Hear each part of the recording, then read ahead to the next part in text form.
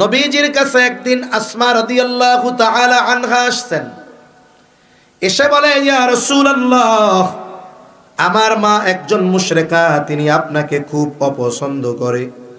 ইয়া রাসূলুল্লাহ, আমার মা মাঝে মধ্যে আমার কাছে আসে, তিনি যখন আসেন তার সাথে আমি কেমন আচরণ করব?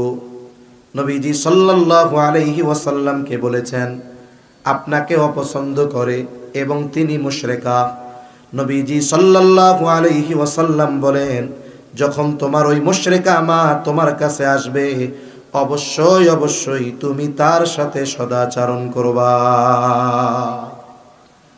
তাহলে মা বাবা যদি মুশরিকাও হয়, তাদের সাথে সদাচরণ, ভালো ব্যবহারের নির্দেশ দিয়েছেন নবীজি সাল্লাল্লাহু আলাইহি ওয়াসাল্লাম।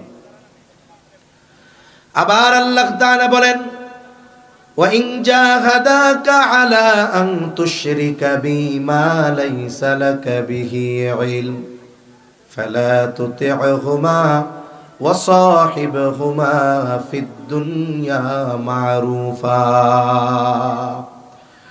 আল্লাহ তাআলা বলেন, যদি তোমার মা বাবা অজ্ঞতার কারণে তোমাকে শিরিক করার জন্য নির্দেশ দেয়, আল্লাহ তাআলা বলেন ফালা তুতি'হুমা, এক নম্বর নির্দেশ, তুমি তোমার মা বাবার এই আদেশ মান্য করবা না।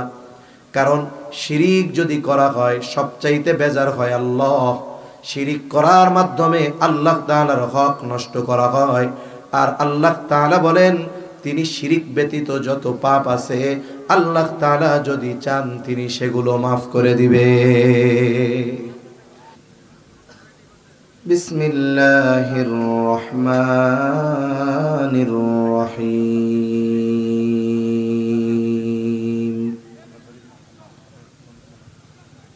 ওয়াল্লাযীনা আমানু আশাদ্দু হুব্বাল লিল্লাহ।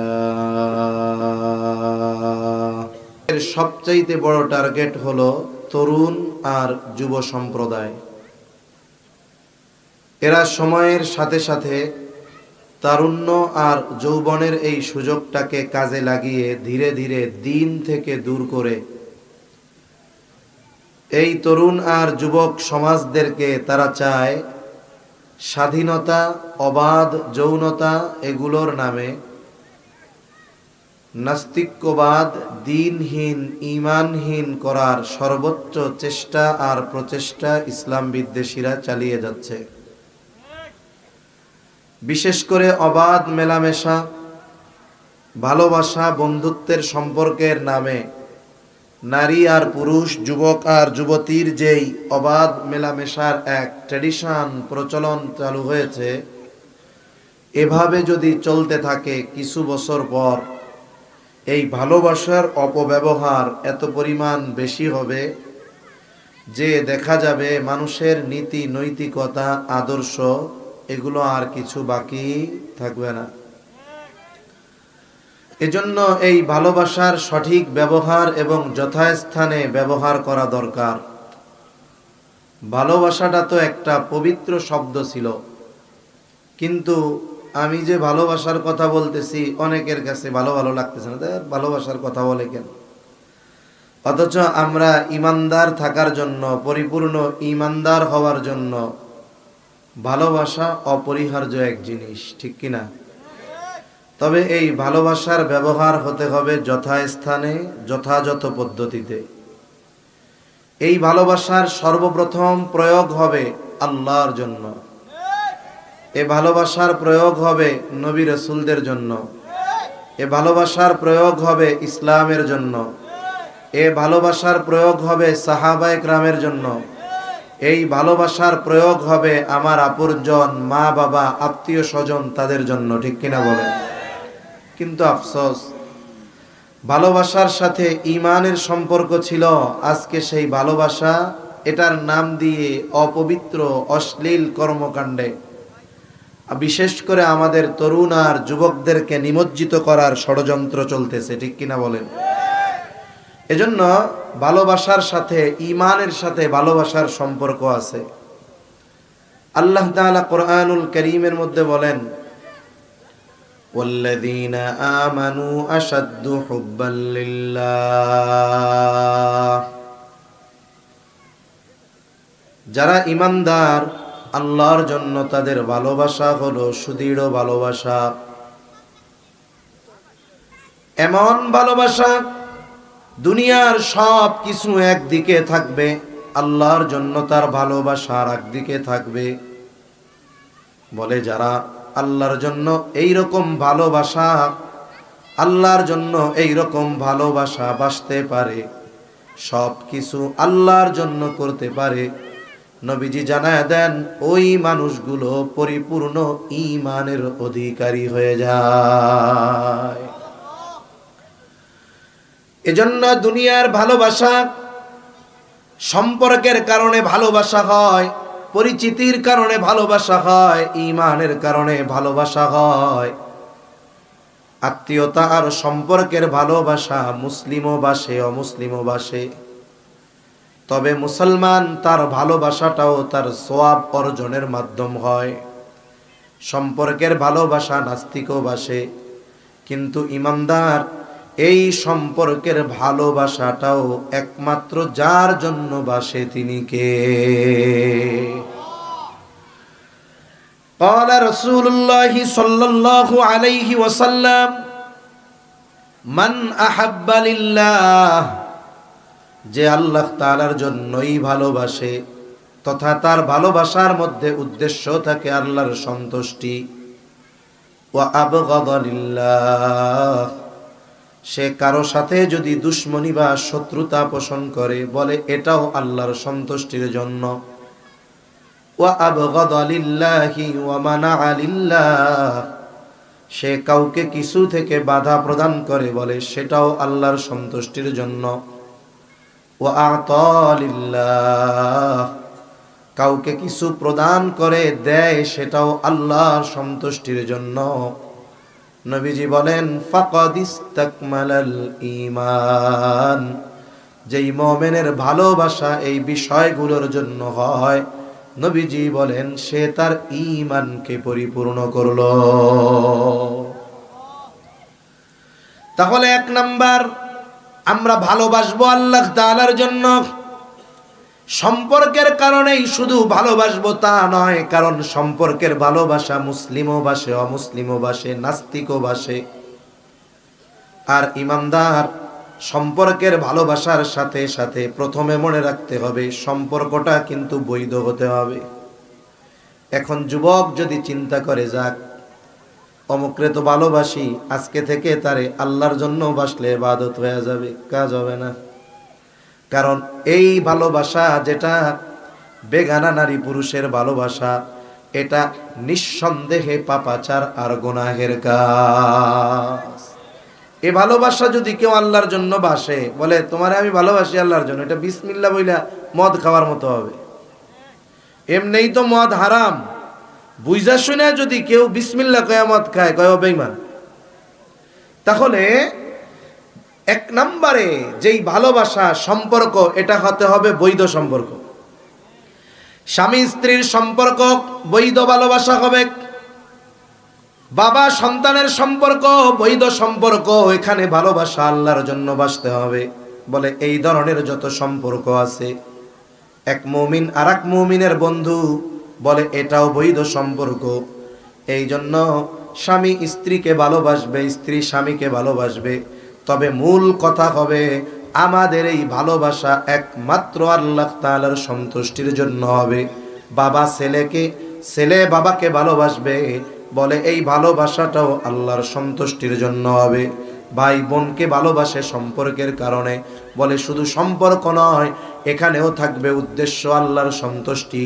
এক মুমিন আর এক মুমিনের বন্ধু একে অপরকে ভালোবাসে, বলবে ও ভাই, ও আমার বন্ধু, তোমাকে আমি বন্ধুত্বের কারণে নয়, মূলত ভালোবাসি আল্লাহ তাআলার জন্য।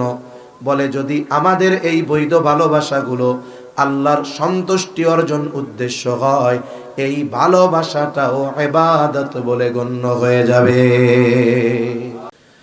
আপনি আমি যাকে আল্লাহর জন্য ভালোবাসতে পারবো, বলে তাকে আমি আপনি আল্লাহর জন্য যদি দুশমন বানাতে হয় তাও পারবো। এই দুনিয়ায় আমি রাজনৈতিক কোনো কথা বলতেছি না বা বলবো না, বোঝানোর জন্য বলতেছি। বলেন তো এই দুনিয়ায় অনেক দল আছে, যারা তাদের নেতাকে ভালোবাসে, আছে না? সেকুলার কিছু দল আছে যারা তাদের নেতাকে ভালোবাসে, বাসে কি বাসে না? এমন ভালোবাসা বাসে, বলে নেতা যদি কোরআন হাদিসের বিরুদ্ধে বলে, ওলামায়ে কেরাম যদি তার এই বক্তব্যের বিরুদ্ধে বলে, গলা চাইবা ধরে, আছে না নাই? দেখেন, আল্লাহর বিরুদ্ধে বলছে, ওলামায়ে কেরাম যখন বিরোধিতা করলো, বলে গলা চাইবা ধরছে কেন? বলে ও নেতারে ভালোবাসে আল্লাহর জন্য না, পদ পদবী আর দুনিয়ার স্বার্থে। এই জন্য নেতার বিরুদ্ধে যদি কেউ বলে, নেতা যদি আল্লাহর বিরুদ্ধে বলে, নেতার বিপক্ষে না গিয়ে যে আল্লাহর পক্ষে বলে তার বিরুদ্ধে দাঁড়ায়, ঠিক কিনা বলেন? এজন্য আপনি যদি আমাকে আল্লাহর জন্য ভালোবাসতে পারেন, আমি যদি আপনাকে আল্লাহর জন্য ভালোবাসতে পারি, বাবা যদি তার সন্তানকে আল্লাহর জন্য ভালোবাসতে পারে, সন্তান যদি বাবাকে আল্লাহর জন্য ভালোবাসতে পারে, বলে ওই বাবার ব্যাপারে যদি কখনো শত্রুতা লালন করতে হয়, বিরুদ্ধাচরণ করতে হয়, তাহলে আল্লাহর জন্য ওই সন্তান বাবার বিরুদ্ধে, বাবা সন্তানের বিরুদ্ধে দাঁড়াতে পিছু হটে না। এজন্য আমাদের ভালোবাসা হবে আল্লাহর জন্য। 2 নাম্বার, শত্রুতা দুশ্মনী আমাদের এটাও হবে আল্লাহ তাআলার জন্য। জাগতিক কারণে আমি আরেক মুমিনকে দুশ্মন বানাবো না, হত্যাকাণ্ড করব না, গালাগালি করব না, বলে এগুলো তো বহুদূর। আমি তো একজন মুসলিম, আমি জাগতিক কারণে অন্যায়ভাবে আমার আরেক মুসলমান ভাইকে গালিও দিব না, কথার দ্বারাও আমি কষ্ট দিব না।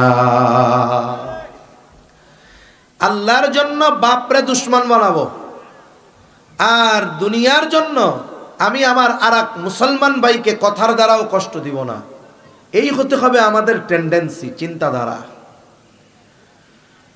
সাহাবায়ে কেরাম দেখায় গেছেন, আল্লাহর জন্য বাবার বিরুদ্ধে তরবারি ধরতে তারা পিছপা হন নাই, আল্লাহর জন্য সন্তানের বিরুদ্ধে আচরণ করতে তারা পিছপা হন নাই। দেখায় গেছেন তারা, কারণ তাদের ঈমান কামেল, ঈমানের মজা তারা পেয়ে গেছে। সাহাবায়ে কেরাম আল্লাহর জন্য যেমন শত্রুকে বন্ধু বানায় নিয়েছেন, আল্লাহর জন্য ওই রকম বন্ধুকেও শত্রু বানায় নিয়েছেন। কোরআনুল কারীমে বদরের যুদ্ধের এক ঘটনাকে কেন্দ্র করে আল্লাহ আয়াত নাজিল করেছেন যে তাদের অন্তরে আল্লাহর মহব্বত আর ঈমান কেমন ছিল। বদরের যুদ্ধ 313 জন গড়ে নিরস্ত্র সাহাবায়ে কেরামের বিরুদ্ধে 1000 সশস্ত্র কাফের লড়াই করবে। বদরের যুদ্ধে যারা অংশগ্রহণ করেছেন তাদের মধ্যে একজন সাহাবীর নাম হলো আবু উবাইদা ইবনুল জাররাহ রাদিয়াল্লাহু তাআলা আনহু। জান্নাতের স্পেশাল 10 জনের সুসংবাদপ্রাপ্ত 10 জনের মধ্যে একজন আবু উবাইদা। ওনার বাবার নাম হলো জাররাহ, ওনার নাম হলো আবু উবাইদা। আবু উবাইদা মুসলমানদের পক্ষে, আবু উবাইদার বাবা যুদ্ধ করতে আসছে মুসলমানদের বিপক্ষে। বাবা কাফেরও যদি হয়, ওই বাবার সাথে মায়ের সাথে ভালো আচরণের নির্দেশ যিনি দিয়েছেন তিনি কে? মনে রাখতে হবে, বাপ যদি কাফেরও হয়, জাগতিক কারণে তাদের সাথে খারাপ আচরণের কোনো সুযোগ নাই। বরং যদি শিরিকও করতে বলে বাবা মা, বলে শিরিক করা যাবে না, তবে এই কারণে তাদের সাথে খারাপ আচরণ করা যাবে না। আমাদের বর্তমান তরুণ প্রজন্মের একটা রোগ খুব বাড়তেছে সময়ের সাথে সাথে। শহর কেন্দ্রিক সমস্যাগুলো এখন গ্রামেও ছড়ায় পড়ছে। অনেক অভিভাবক খুব কষ্ট নিয়ে, ব্যথা নিয়ে আমাদের কাছে এসে বলে, হুজুর কি করা যায় বলেন, আমার সন্তান ঠিকমতো বাপ ডাকে না, মায়ের অভিযোগ ঠিকমতো মা ডাকে না, সময়ের সাথে সাথে আমাদের থেকে দূরে সরে যাচ্ছে। এটা শহর থেকে গ্রামের মধ্যেও আস্তে আস্তে ছড়ায় পড়তেছে, ঠিক কিনা বলেন? যুবকদের মধ্যে এটা বেশি, কিন্তু এটা তো কিয়ামতের আলামত। রাসূল আকরাম সাল্লাল্লাহু আলাইহি ওয়াসাল্লাম জানায়া দেন এক হাদিস, লম্বা হাদিস, ভূমিকম্প, ভূমিধস, পাথরের বৃষ্টি, অগ্নিবৃষ্টি এগুলো আসবে। কারণ কি? কারণগুলোর মধ্যে একটা কারণ হলো যে মানুষেরা বন্ধুদের কাছে টানবে, বাবাকে দূরে ঠেলে দিবে। বন্ধুকে জানে জিগার বানাবে, কিন্তু বাপরে ঠিক মতো বাপও ডাকবে না, দূরে সরায় দিবে। স্ত্রীর সন্তুষ্টি অর্জনে মায়ের সাথে খারাপ আচরণ করবে।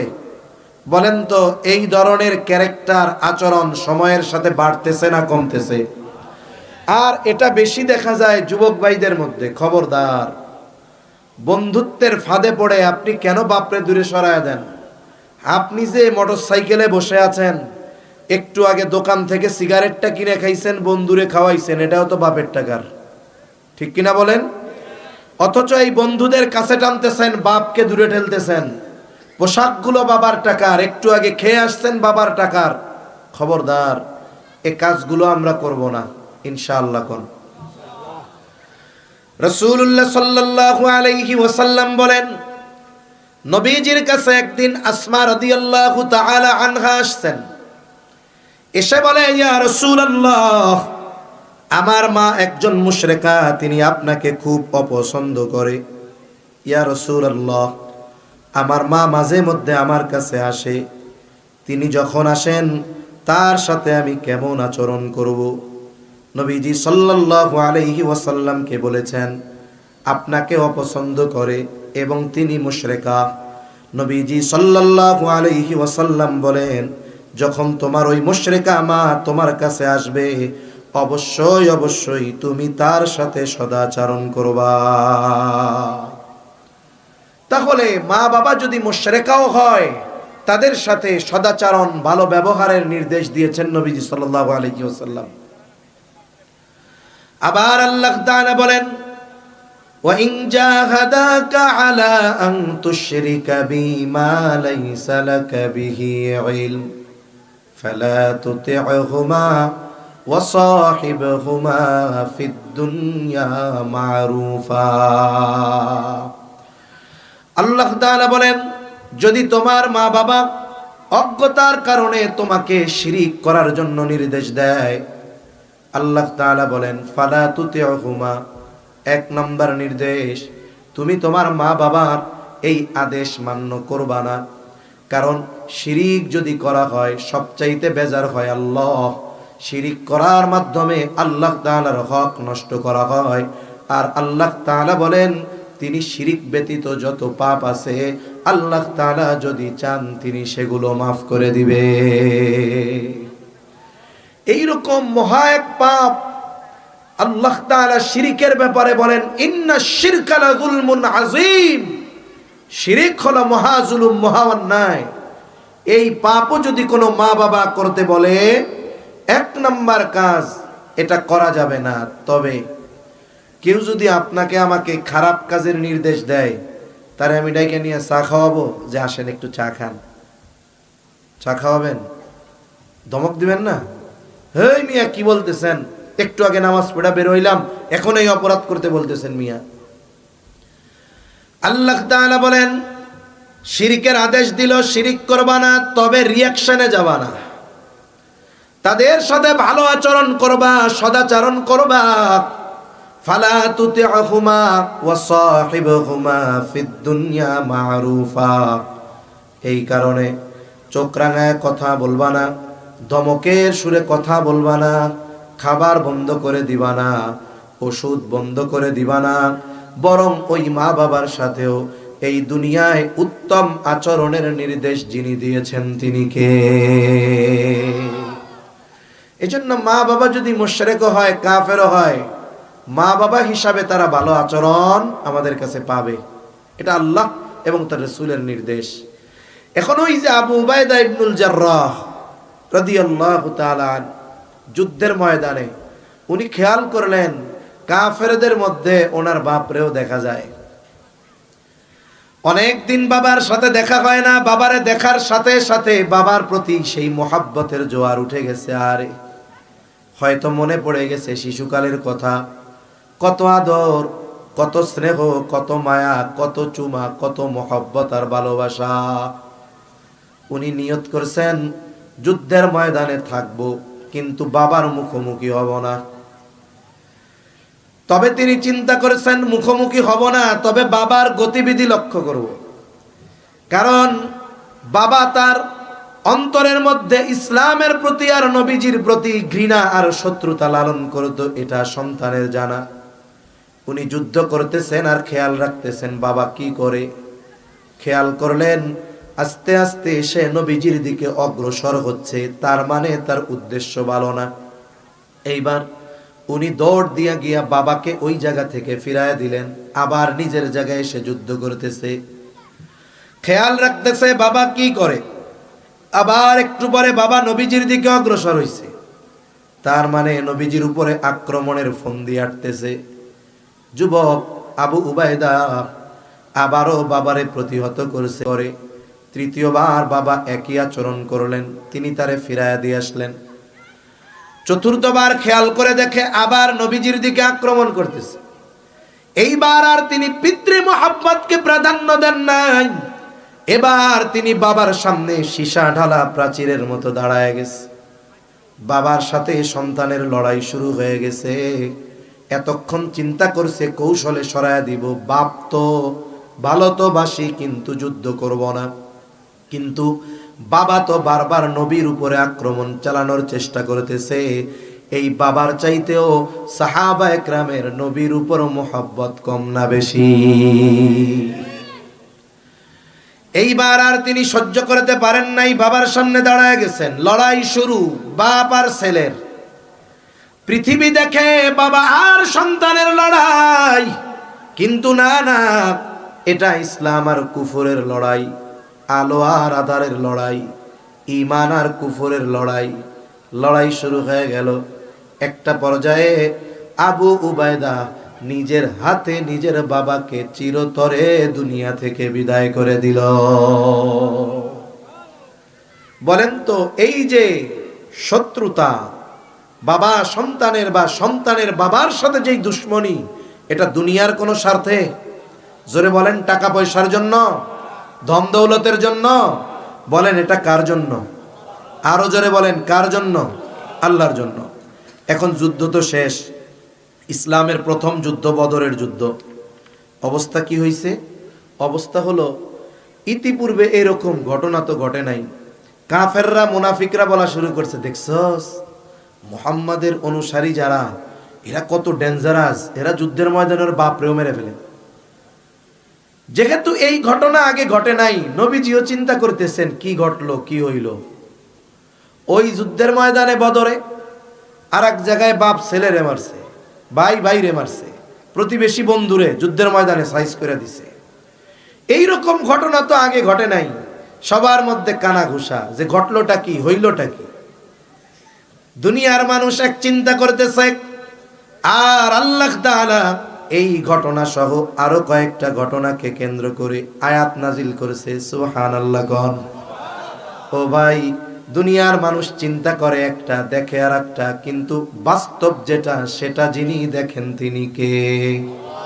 আল্লাহ তাআলা বলেন, লা তাজিদু কওমান ইউমিনুনা বিল্লাহি ওয়াল ইয়াউমিল আখির ইউআদ্দুনা মান হাদ্দাল্লাহা ওয়া রাসূলাহু ওয়ালাউ কানু آباءهم أو أبناءهم أو إخوانهم أو عشيرتهم أولئك كتب في قلوبهم الإيمان।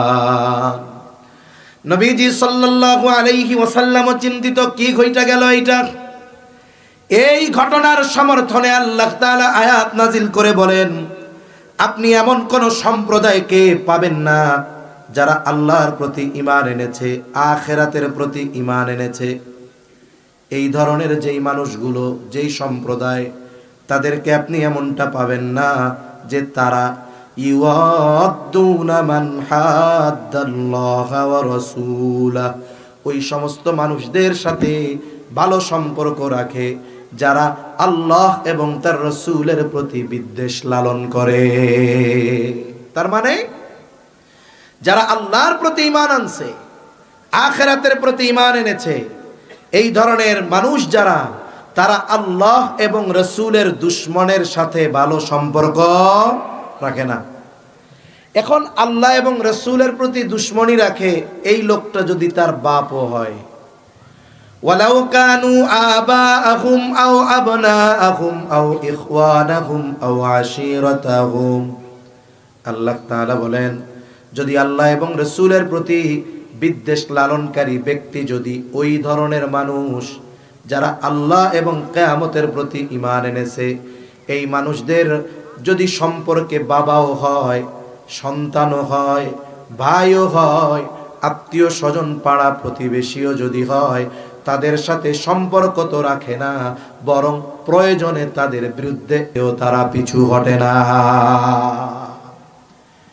এখন বাপ প্রেও ছাড় দেয় না, অথচ নেতারে যদি কিছু কয় ইসলাম বিদ্বেষী কথা বলছে, তাইলে যারা বলে তাদের বিরুদ্ধে চলে যায়, অথচ এরা আল্লাহ রসুলের বিরুদ্ধে যদি বাপও বলে তারেও ছাড়ে না। এই যে পাওয়ার পাইল কোথায়? আল্লাহ বলেন উলাইকা কাতাবা ফি কুলুবিহিমুল ঈমান, তাদের অন্তরের মধ্যে ঈমানকে সুদৃঢ় করে দেওয়া হয়েছে। এই ঈমান তাদের কাছে সবচাইতে দামি, এর জন্য তারা বাবার বিরুদ্ধে পিছু হটে না। ঠিক কিনা বলেন? এই জায়গায় কোথাকার আবুল সরকার বেল আছে কোন?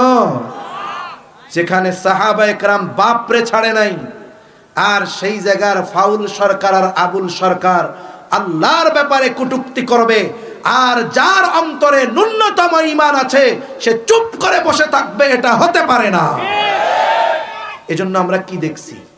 এজন্য আমরা দেখেছি যে ইসলামের উপরে যখন আঘাত আসে, কোরআনের উপরে যখন আঘাত আসে, নবী আল্লাহ রসুলের উপরে আঘাত আসে, আল্লাহর ব্যাপারে কেউ কটূক্তি করে, আমরা দেখতে পাই যে যেই যুবকটা নামাজ পড়ে না, যেই যুবকটার মধ্যে সুন্নাত নাই, দাড়ি নাই, ঠিক মতো চলাফেরাও করে না, কিন্তু যখন এই ধরনের কোনো ইস্যু প্রতিবাদের বিষয় সামনে আসে, দেখা যায় নামাজি আলেমের চাইতে ওই যুবক আগে। ঠিক কিনা বলেন? কেন যুবক আগে? বলে হুজুর নামাজ কালাম তো ঠিকমতো পড়ি না, শয়তানের ধোকায়, যদি আল্লাহর রসুলের মোহাব্বতে যদি জীবন চইলাই যায় তাও তো সার্থক। কিয়ামতে দাঁড়ায় বলবো যে এই কারণে আমার জীবন গেছে, আল্লাহ আমারে মাফ করে দেন। ঠিক কিনা বলেন? যেখানে সাহাবায়ে কেরাম ঈমানের জন্য বাপরে ছাড় দেয় নাই, সেই জায়গায় তুমি আল্লাহর ব্যাপারে এত ধৃষ্টতাপূর্ণ কথা বলবা আর ঈমানদারেরা চুপ করে বসে থাকবে, এটা কশ্চিন কালেও সম্ভব নয়। এজন্য মনে রাখতে হবে, যারা আল্লাহকে গালি দেওয়ার পক্ষে দাঁড়িয়েছে, আবুল সরকারের পক্ষে, এরাও ইসলামের দুশমন। কিসের দুশমন জোরে বলেন? যারা কিছু ভোটের আশায়, কিছু সমর্থন পাওয়ার আশায় আবুল সরকারের পক্ষে দাঁড়িয়েছে, ইমানদার আর তাওহীদি জনতার বিপক্ষে বিবৃতি দিয়েছে, ওরাও আল্লাহ রাসূলের দুশমন। মনে রাখতে হবে, এদেশে ইসলামকে বাদ দিয়ে, আল্লাহর রাসূলকে বাদ দিয়ে ক্ষমতার চেয়ারে বসতে পারবা, কিন্তু নিয়ে যাবে। ঠিক কিনা বলেন? সেজন্য সাবধান, সাবধান, ওইদিকে যাবা না। 92% মুসলমানের দেশ, এখানে হয়তো অধিকাংশ মানুষ 5 ওয়াক্ত নামাজ পড়ে না, কিন্তু এই দেশের মানুষ আল্লাহ আর রসুলকে নিয়ে কিছু বললে সহ্য করতে পারে না। তাহলে যে কথার থেকে গেলাম, ওয়া আবগাদা লিল্লাহ, আমাদের এই দুশমনী শত্রুতা আল্লাহর কসম দুনিয়ার কোনো স্বার্থে নয়। কার জন্য জোরে বলেন? আমরা আবুল সরকারের বিরুদ্ধে বলেছি, তাদের সমর্থন যারা দিয়েছে তাদের বিরুদ্ধে বলেছি। যেই সমস্ত রাজনৈতিক দলের নেতা কর্মীরা আবুল সরকারের পক্ষে বলেছে তাদের বিরুদ্ধে বলেছি। আল্লাহর কসম, ভোটের আশা না, জাগতিক স্বার্থ নয়, বরং এই শত্রুতা বিদ্বেষ কোন কারণে জোরে বলেন? আল্লাহর জন্য। আরে জোরে কোন কিসের জন্য? এজন্য নবীজি বলেন ওয়া আবগাদা লিল্লাহ, যে বিদ্বেষ বা শত্রুতা লালন করে এটাও আল্লাহর জন্য। এরপরে নবীজি বলেন ওয়া মানা লিল্লাহ, কাউকে কিছু থেকে বাধা প্রদান করে আল্লাহ তাআলার সন্তুষ্টির জন্য। ওয়া আতা লিল্লাহ, কাউকে কিছু প্রদান করে এটাও আল্লাহর জন্য। নবীজি বলেন ফাকাদ ইস্তাকমালাল ঈমান, ওই ব্যক্তি যে এই কাজগুলো আল্লাহর জন্য করে, নবীজি জানায় দেন সে তার ঈমানকে পূর্ণ করলো। এখন এই কাজ আমরা করলে আমাদের ঈমান কি হবে জোরে কোন? পূর্ণ হবে। পূর্ণ হবে। কি হবে জোরে বলেন? পূর্ণ ঈমান আমাদের হবে। এখন ইমানের কিন্তু একটা স্বাদ আছে, মজা আছে। এখন আপনার আমার কাছে ইমান আছে, কিন্তু ইমানের মজা নাই। কাজ হবে? কাজ তো হবে, কিন্তু মজা তো পাইলাম না। মনে করেন একজন ব্যক্তি যখন অসুস্থ হয়ে যায়, কিছুদিন আগে আমার খুব ঠান্ডা জ্বর লাগছে, কোনো কিছুর ঘেরানো পাই না, খাইলেও স্বাদ পাই না, একেবারে ডাল আলু ভর্তাও যেমন লাগে, গরুর গোশতও এরকম লাগে।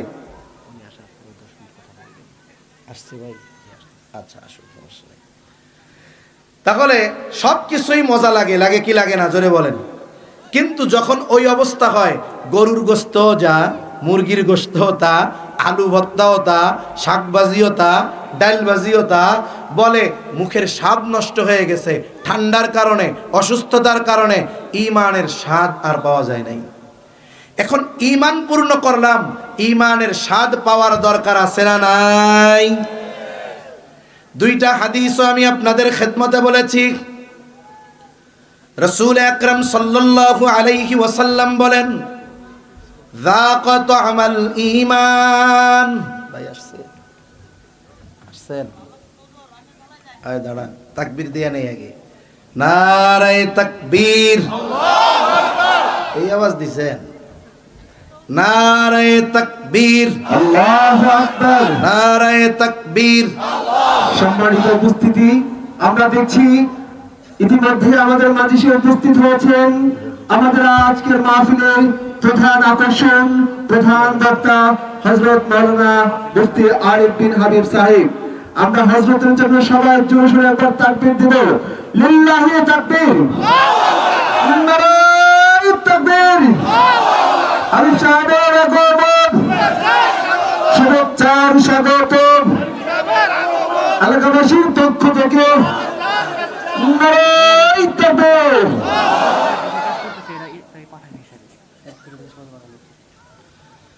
আচ্ছা, পানি যখন পাওয়া যায় তখন কি আর তায়াম্মুমের জরুরত আছে?